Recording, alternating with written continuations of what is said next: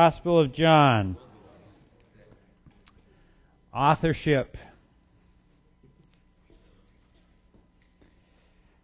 Who wrote the Gospel of John? John? Right, John. How do we know, though? Does he say, I, John, write to you? No, he doesn't. So how do we know John wrote it? Because Polycarp and many other early writers said he wrote it, right? There's a early testimony of writers outside the New Testament are very clear that John, the disciple, the apostle, wrote this gospel. They're unanimous about that. But is there anything within the gospel itself that tells us who wrote this? Can you think of any passage?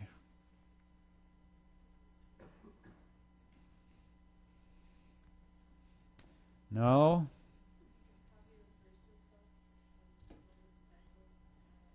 Okay, yes, there's this reference to the beloved disciple, and then at the very end of the book, this beloved disciple says, this is the one who wrote this. So look at John 21.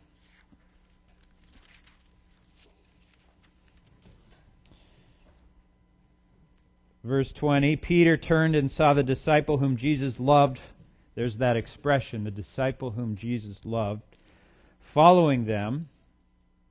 The one who had been reclining at table close to him, and said to him, Lord, who is it that is going to betray you? That's a reference to when they were in the upper room.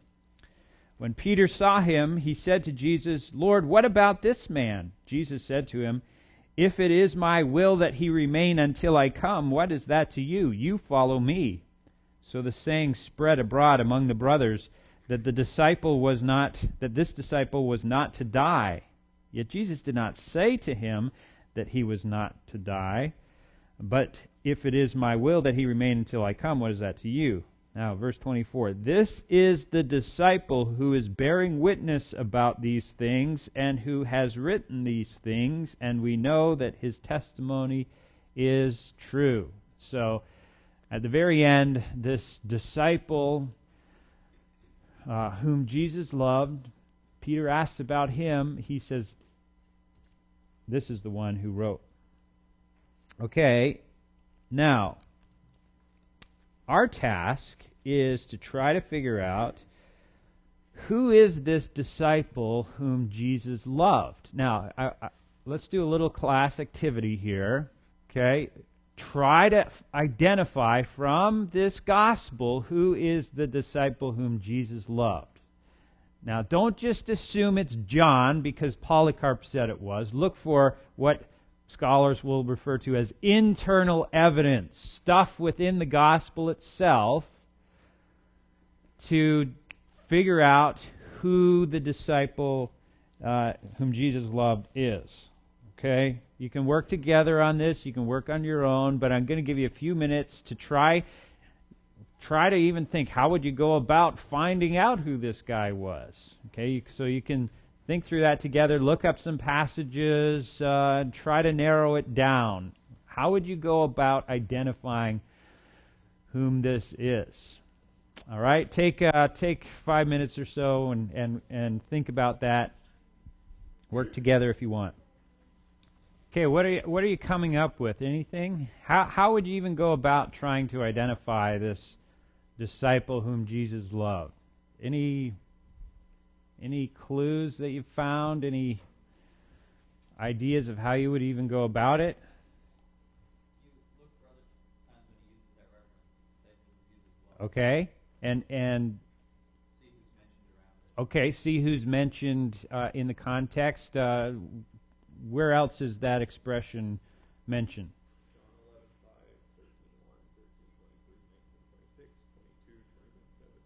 It helps to have a computer concordance, right?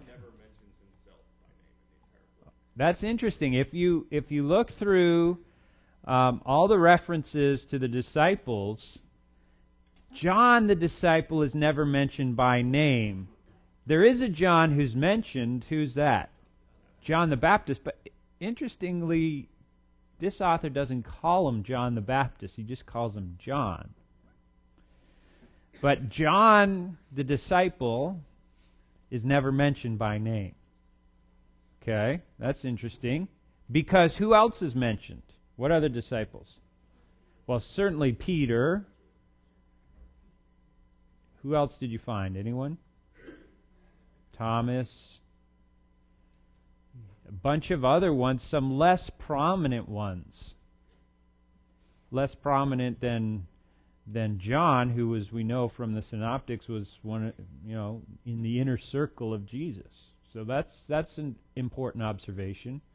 So, one thing to do is trace the other disciples, or all the disciples that are mentioned in the Gospel of John, and we come up with Peter, Andrew, Philip, sons of Zebedee, Nathanael, which some have suggested might be Bartholomew.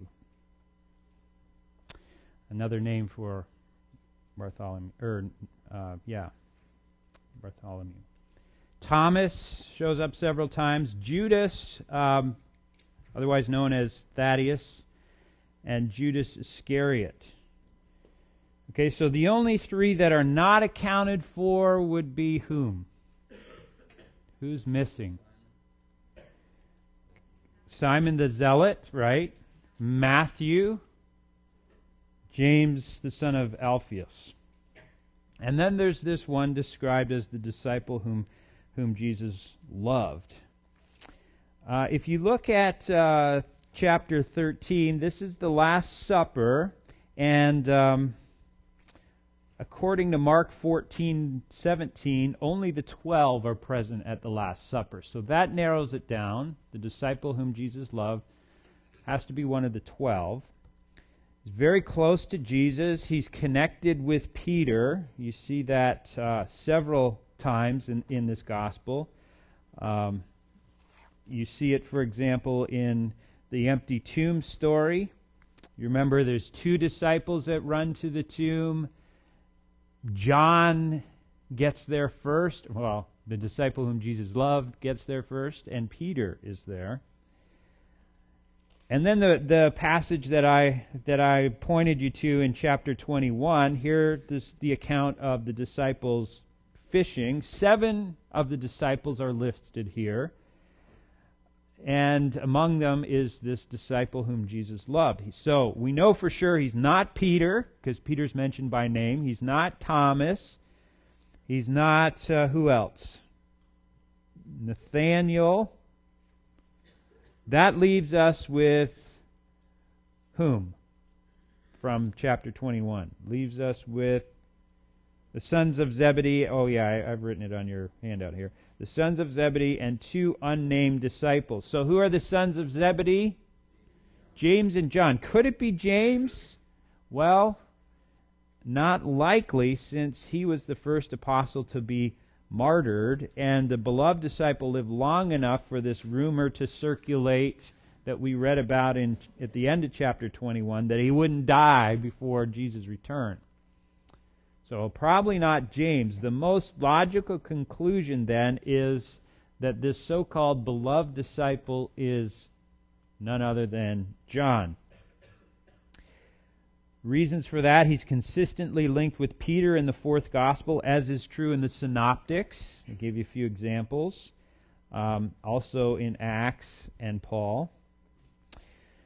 The fact that John is never mentioned by name when other less prominent disciples, for example, Philip, Judas, these ones are mentioned, so that's a little strange unless there's some reason for it.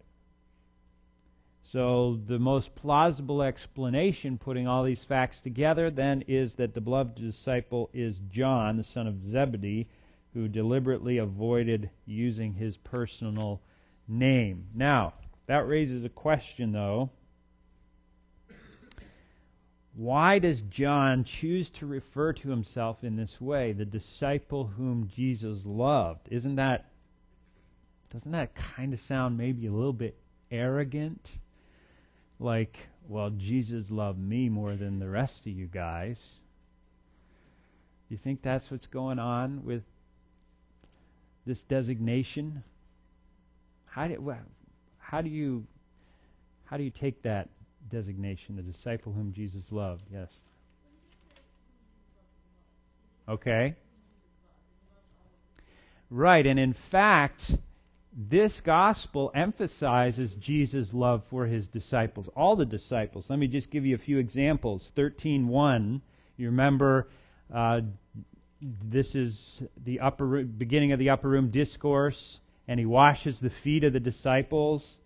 And it says, 13:1, Jesus, having loved his own who were in the world, he loved them to the end. Can you think of any other references in the Gospel of John to Jesus loving his disciples? Okay, good, yeah.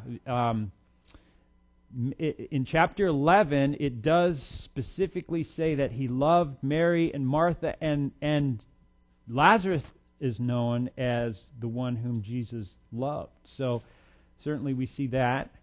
Anything else? What's the new commandment in the Gospel of John? That you love one another, what? Just as I have loved you. And he's speaking to the disciples, 13:34, a new commandment I give to you, that you love one another. Just as I have loved you, you also are to love one another. Chapter 15, verse 9, 15, verse 12, the same kind of thing. So, John, you're right. John is not trying to suggest that he was loved more than the other disciples. So what do you think? Why do you think John uses this expression?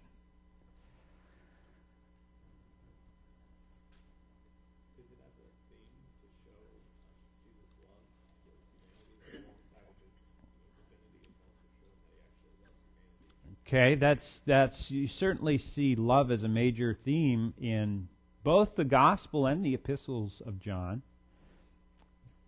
John was the only one at the cross there, and wasn't that the disciple that Jesus said, "Okay, here's my, Mary, you take care of her."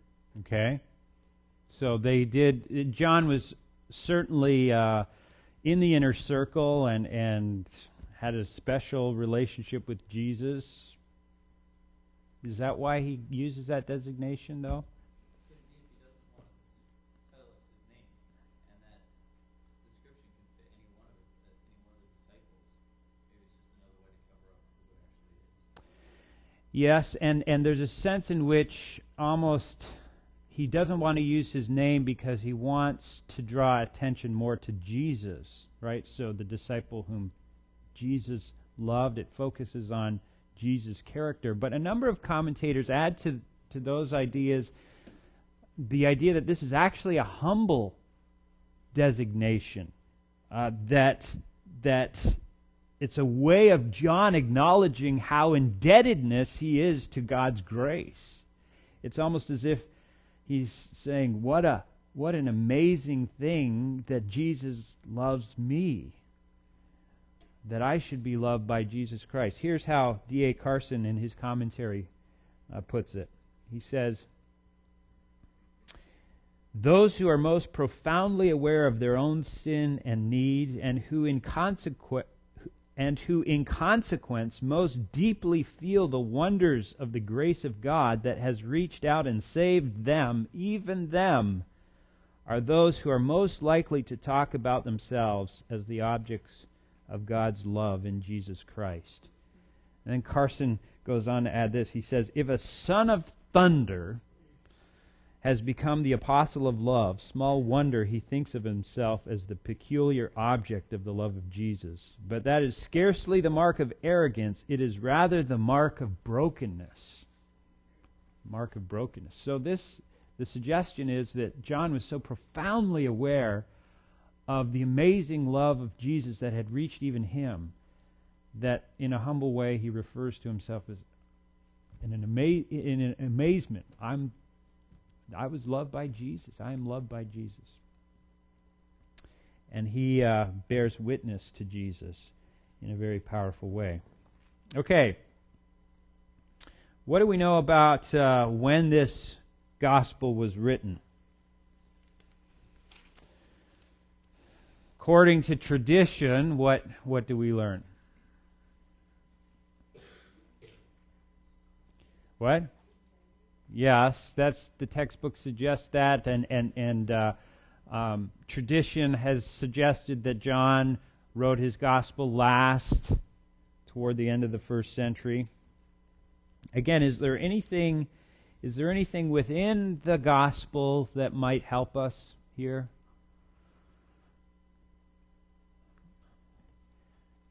It's interesting, that last paragraph we read in chapter 21, look at that again, chapter 21. Actually, we didn't read this part. We read what came after. But in verse 19, talks about, verse 18 talked about Jesus telling Peter how he was going to die. Verse 19, John clarifies that this is what Jesus was talking about. He said, "This he said to show by what kind of death he was to glorify God." So, according again to tradition, Peter died when? Under whom? Do you know that story? He was executed under Nero in Rome about AD 65. So obviously John's still around to know about this and refers to it.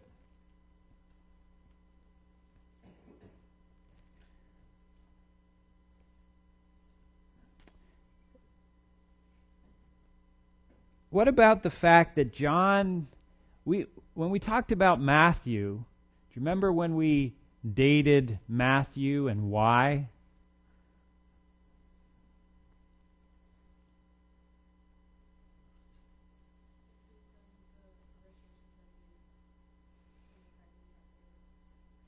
Okay, what major event happens? The temple is destroyed, right? And so we see in Matthew that being predicted, but we don't see anything about it being fulfilled. You would think because Matthew's gospel is that fulfillment theme is so strong that if it had happened, Matthew would have written about it and shown that what Jesus said was fulfilled. But the fact that he doesn't say anything about it suggests it was written before AD 70. Now, here's a question. If John was written toward the end of the first century, as tradition says, then what about this question of the temple? Why doesn't John mention the temple being destroyed? That would have been such a major event. Well, if you look at John's gospel closely, it seems that John is presenting Jesus as the temple's replacement. So there might be a subtle reference to the fact that the temple is no longer standing and what John chooses to emphasize and say. So, for example, I'll give you just 3 examples here. Chapter 1:14. Anyone have that memorized? What does 1:14 say? The Word became flesh and dwelt among us. What's the term for dwelt? What? Okay. Yeah, a little stronger even. The word what? Yes, even more specific though, pitched his tent or tabernacled among us. So there's a reference to that. What was the tabernacle in the Old Testament? Right, the place where God dwelled, and it's replaced by the temple. Now John's saying the Word became flesh and tabernacled among us. The presence of God was with us in the person of Jesus. Chapter 2, let's look at that text real quick.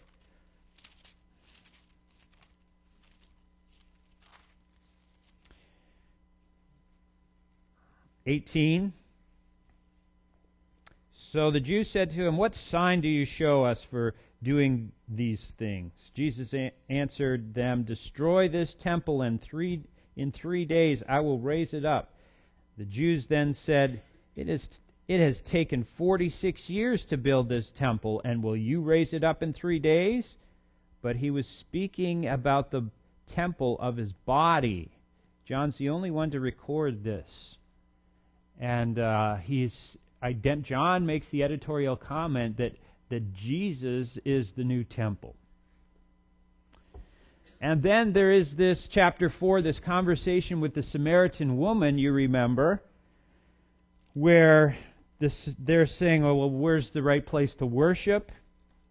Verse 23, "But the hour is coming and is now here when the true worshipers will worship the Father in spirit and in truth, for the Father is seeking such people to worship Him." Okay, so Jesus is essentially saying the place isn't important anymore now that I'm here.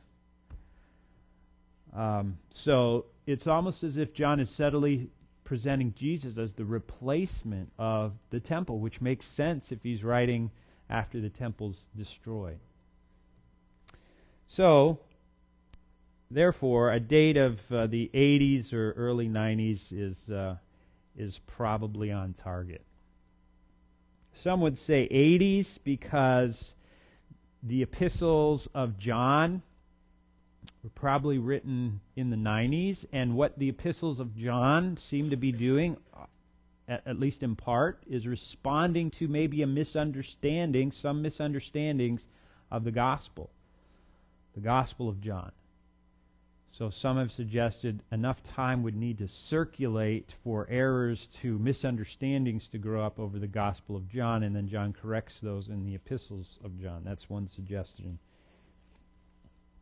Okay, target audience. Who was John writing for?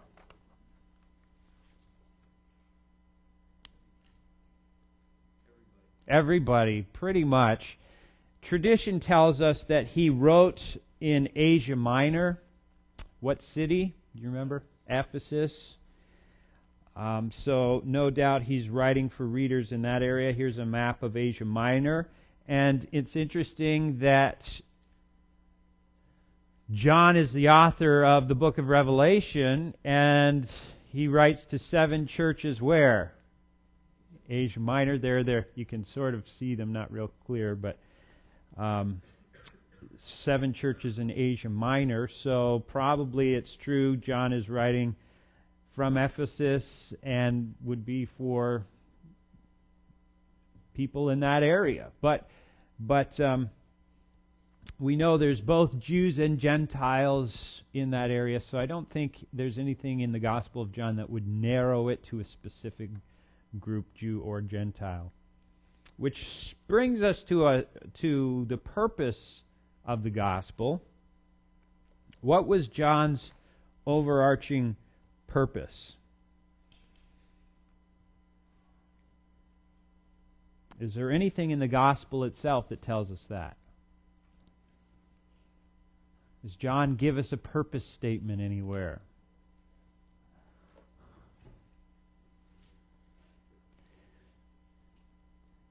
Some say yes, but I don't hear any references.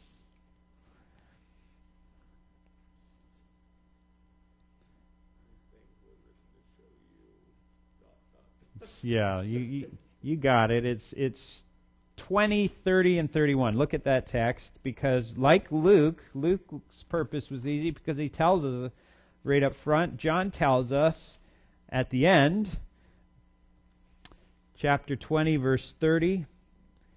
Now Jesus did many other signs in the presence of the disciples, which are not written in this book, but these are written so that you may believe that Jesus is the Christ, the Son of God, and that by believing you may have life in His name. Very clear. So, purpose statement: to persuade readers to believe that Jesus is the Christ, the Son of God, so that they might have eternal life through Him. So clearly John's purpose is an evangelistic one, and that's why when you have an unbeliever who shows some interest, you often encourage them to read the Gospel of John. Why do we say that? We say it because John's clear purpose is to help people believe in Jesus. And this theme of believe, as the textbook pointed out, is a major theme in John.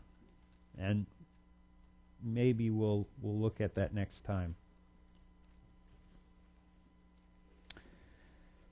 Okay, now, we saw that the Synoptics are really similar to each other in a number of ways. Of course, they have their own purposes.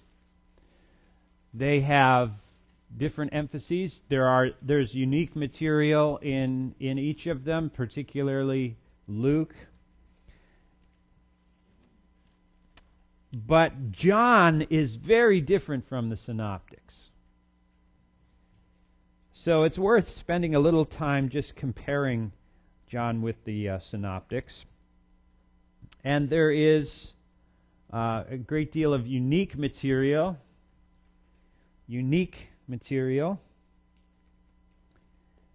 Few examples. The first bullet point is there is a real focus on ministry in and around Jerusalem. One indication of that you don't see in the Synoptics is that there are 3 Passovers recorded during the ministry of Jesus. And of course, the Passovers, you usually go to Jerusalem for that. And you see that, for example, in chapter 2:13, chapter 2:13, chapter 6:4, 2:13, 6:4, and 11:55. 2:13, 6:4, 11:55. You also see the conversation with the Samaritan woman, which takes up virtually a whole chapter, chapter 4, in the Gospel of John. We don't have that in any other gospel.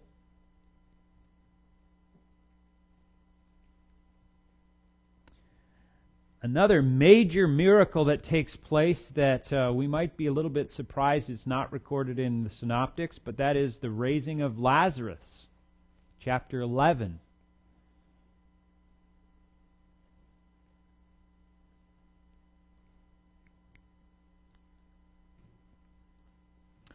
What else do we have in John that's unique? Think of a whole block, several chapters.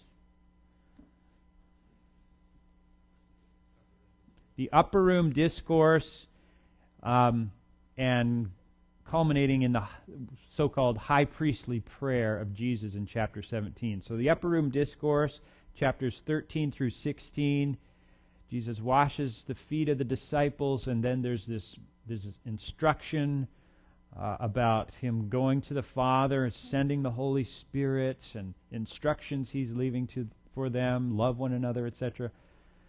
And then this high priestly prayer.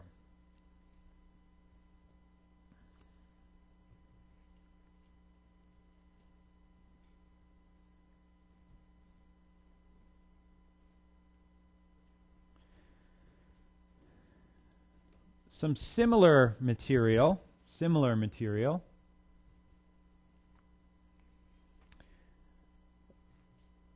John the Baptist, John's testimony to Jesus. We see that in other Gospels, but we do see a little different emphases in the Gospel of John from the others. For example, in John 3, we get John's great statement, he must increase, I must decrease. And there's similar accounts, there's some different emphases in the Gospel of John as well. There is the feeding of the 5,000. Remember, this is the one miracle that is recorded in all 4 Gospels, other than, say, the resurrection. But the feeding of the 5,000, walking on water, you see that also in the Synoptics. So there is some similar material. But interesting, this last category is helpful. Complementary material. Complementary material. Let me try to illustrate this for you. Mark 14:49. Let me read that for you. Mark 14:49 says, day after, and this is a quote of Jesus when they come to arrest him. Day after day I was with you in the temple teaching, and you did not seize me, but let the scriptures be fulfilled. Now I put on your handout here, this suggests that Jesus spent a lot of time in and around Jerusalem, around the temple even. Day after day I was with you in the temple. But you don't see that in the Gospel of Mark. You see in the Gospel of Mark and in the Synoptics, you see Jesus more in Galilee and then his journey toward Jerusalem. But you don't see him day after day in Jerusalem. Well, you see that more in the Gospel of John. So that's how they're complementary.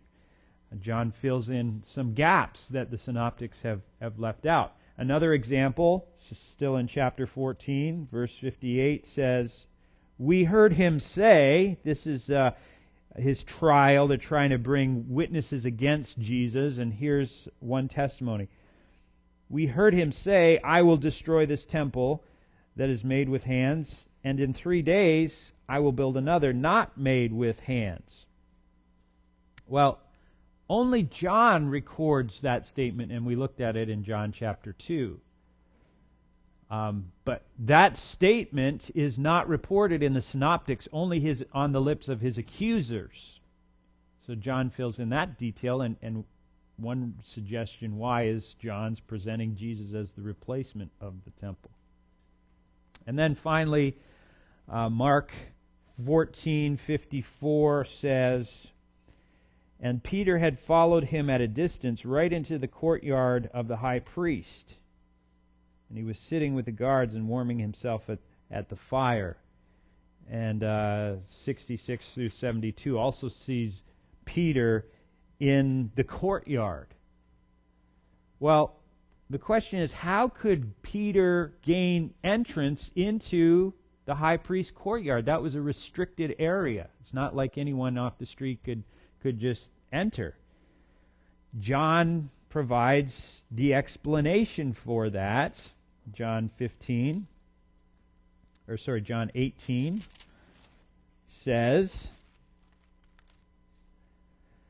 Simon Peter followed Jesus, and so did another disciple. Since that disciple was known to the high priest, he entered with Jesus into the court of the high priest. But Peter stood outside at the door. So the other disciple, who was known to the high priest, went out and spoke to the servant girl who kept watch at the door and brought Peter in. So John fills in that detail for us. So there's some complementary material as well, which is helpful.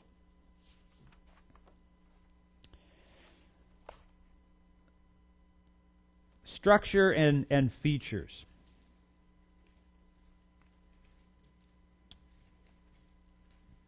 Basic outline. The Gospel of John breaks down into a couple of major sections. Of course, there's an introduction and an epilogue. But first of all, you have what some have called the book of signs before the hour.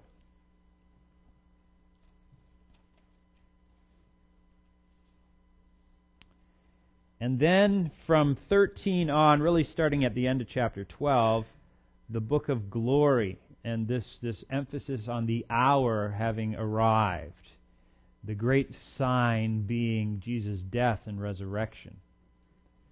So the book of signs before the hour are pointing forward to what Jesus is going to do.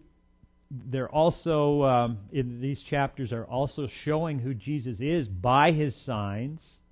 And then in chapter 13, you have a switch, and the hour has come. And Jesus is preparing to go to the cross.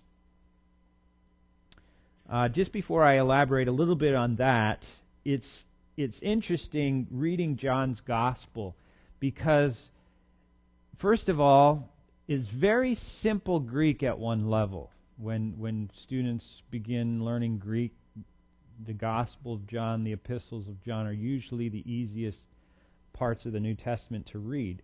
So on the surface, it appears to be a simple gospel, but there are so many little subtleties and profound things under the simplicity that you got to keep reading this book over and over again. And the more you read it, the more connections you see, and the more of John's profundity you see, profoundness. There are little shades of meaning that you don't necessarily pick up your first time reading it through. He uses irony. He uses double entendre, double meaning.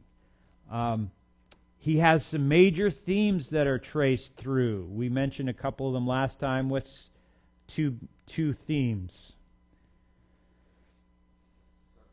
Darkness and light, right. Light and darkness. And those are traced through. You have this emphasis on belief, on truth, on life. And a number of these themes are traced through. Let's give you one. I think we've even talked about this, but the light and darkness theme, you have in the prologue. Turn to chapter 1.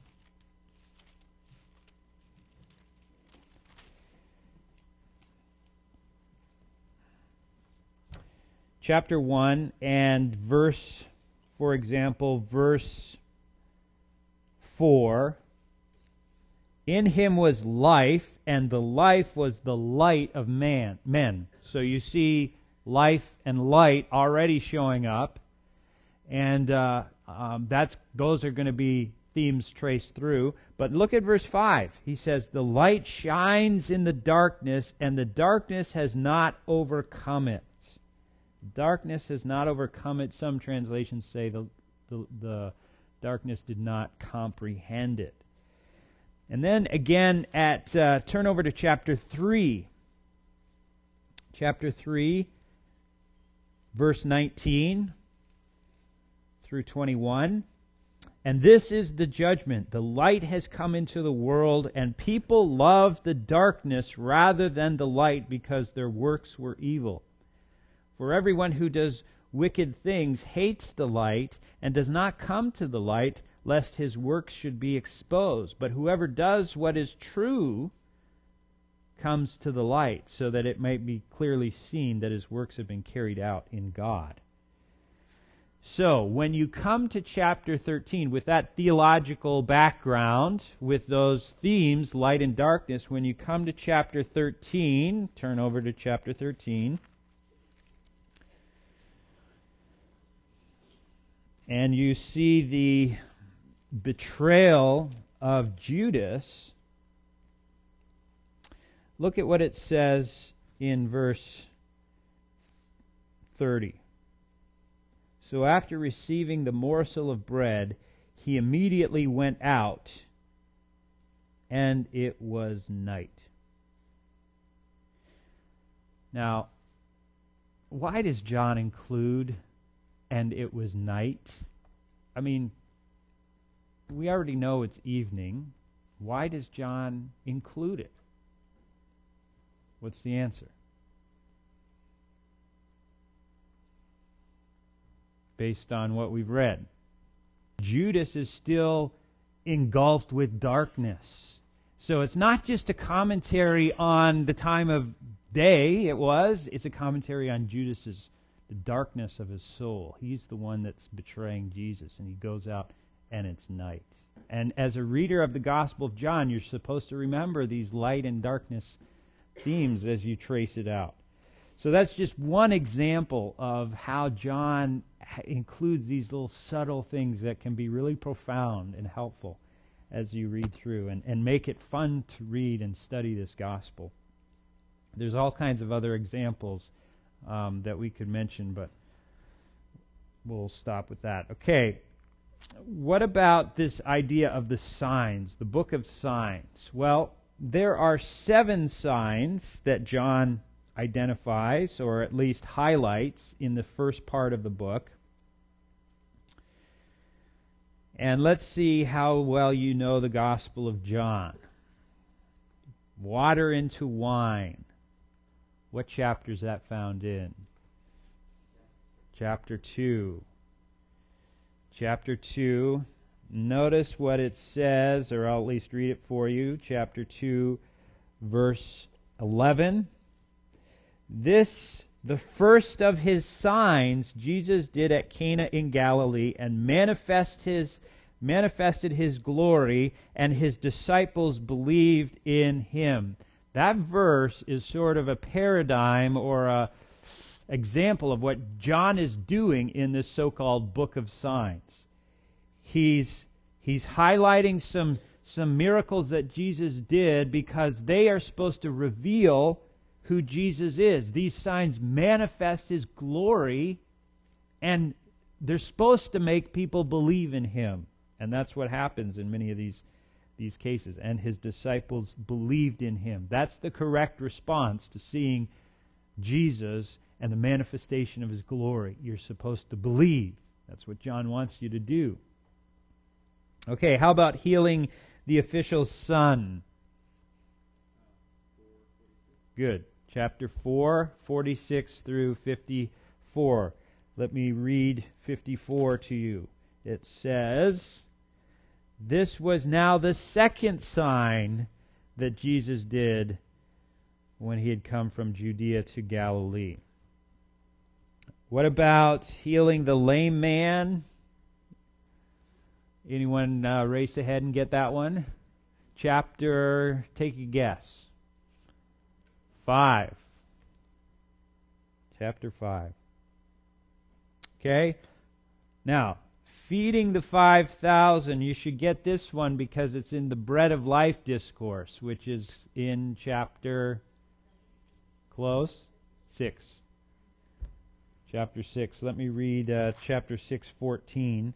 It says, "When people saw the sign that he had done," that is the feeding of the 5,000, "they said, 'This is indeed the prophet who is to come into the world.'" Okay, so you're supposed to see the sign. It reveals Jesus' glory, and you're to believe. What about walking on water? That's also chapter 6, right? Healing the blind man. Basically, a whole chapter is taken up with this story. Chapter 9. Let me read chapter 9, verse 16. It says, "Some of the Pharisees said, 'This man is not from God, for he does not keep the Sabbath.' But others said, 'How can a man who is a sinner do such signs?' And there was a division among them." And the result of that is, actually, let's look at chapter 9 because it's really cool how it ends, and it illustrates this sort of subtlety that John, I've been talking about, that John is characteristic of him.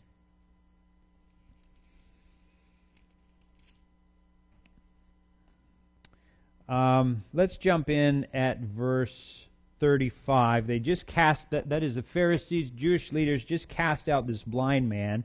Verse 35, "Jesus heard that they had cast him out, and having found him, said, 'Do you believe in the Son of Man?'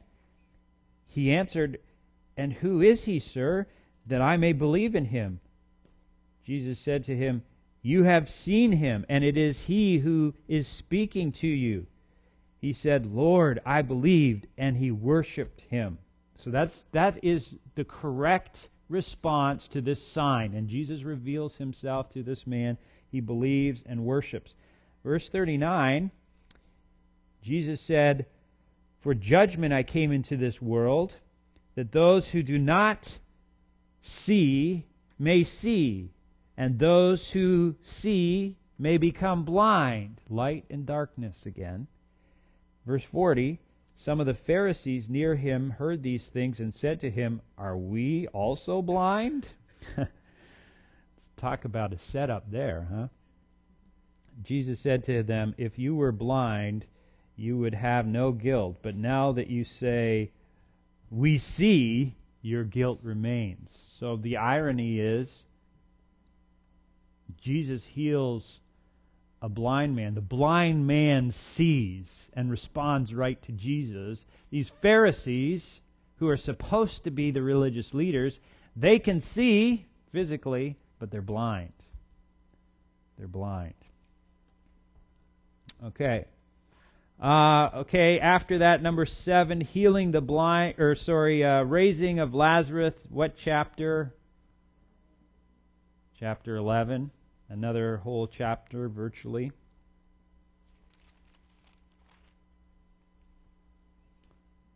(11:47). Listen to this. This is in a context of them scheming to kill Jesus, the Jewish leaders. 11:47. So the chief priests and the Pharisees gathered the council and said, "What are we to do? For this man performs many signs." What's the answer to that question? Believe. Exactly. The signs are supposed to show you who this Jesus is. Notice, interesting also in chapter 12, if you look over chapter 12, verses 17 and 18, triumphal entry, the crowd that had been with him when he called Lazarus out of the tomb and raised him from the dead continued to bear witness. The reason why the crowd went to meet him was that they had heard he had done this sign. This sign. So Lazarus is one of the signs that is supposed to point people to believe, but the leaders, they recognize, identify these signs, and they say, well, let's kill him. Talk about darkness and blindness. All right. Let's look just a little bit at this, the importance of the hour. The importance of the hour. Now, it's an interesting study to trace all the references to hour in the Gospel of John. I'm not going to bring them all out, but let me highlight a couple of things here. In the first section of the book of signs, you have this repeated reference that Jesus' hour had not yet come. Let me give you just a couple of examples. Chapter 7, verse 30 says, so they were seeking to arrest him, but no one laid a hand on him because his hour had not yet come, which shows God's sovereignty even over what they're going to do to Jesus. They wanted to arrest him and kill him right then and there, but his hour had not yet come. Jesus is in control of his own death even, which agrees with chapter 10. Chapter 10, he says, no one takes my life from me. I have power to lay it down. I have power to take it up again. Another example of this hour, chapter 8, verse 20. These words he spoke in the treasury as he taught in the temple, but no one arrested him because his hour had not yet come. Okay, and then you see a transition. You see the hour arriving. The end of chapter 12, the beginning of chapter 13, you see a shift, and you see the hour has arrived. Let me just read a couple of these verses. Chapter 12, verse 23. And Jesus answered them, the hour has come for the Son of Man to be glorified. It's interesting that Jesus going to the cross is described as his hour of glory. His hour of glory. Now, isn't that a little bit strange? It's another sort of irony that John includes, that Jesus' greatest hour of glory is the cross. Why would that be? Why is that?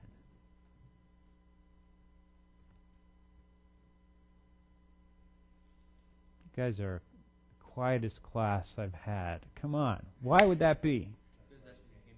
That's why Jesus came, and what does he say? He says, if I be lifted up, I will draw all men to myself. Jesus says, I am the way, the truth, and the life. No man comes to the Father but through me. But how does that have to happen? It has to happen through the cross. And so Jesus is exalted. He's lifted up on the cross, and he is seen there as the way to the Father. It's not until really that moment that the people eventually will understand, as it's unpacked in the epistles, that the cross is our only way to God. And so Jesus is glorified in that. He's seen as the only way to God. Okay, another verse, 12:27. This is when Jesus is praying. He says, now my soul is troubled, and what shall I say? Father, save me from this hour, but for this purpose I have come to this hour. 13:1. Now before the feast of the Passover, when Jesus knew that his hour had come to depart from this world, etc. And then in the high priestly prayer, 17:1, Father, the hour has come. Glorify your Son. The reference in chapter 19 is to when he triumphantly says, it is finished. So the hour comes, Jesus accomplishes what the Father gave him to do in that hour, and he can say, it is finished.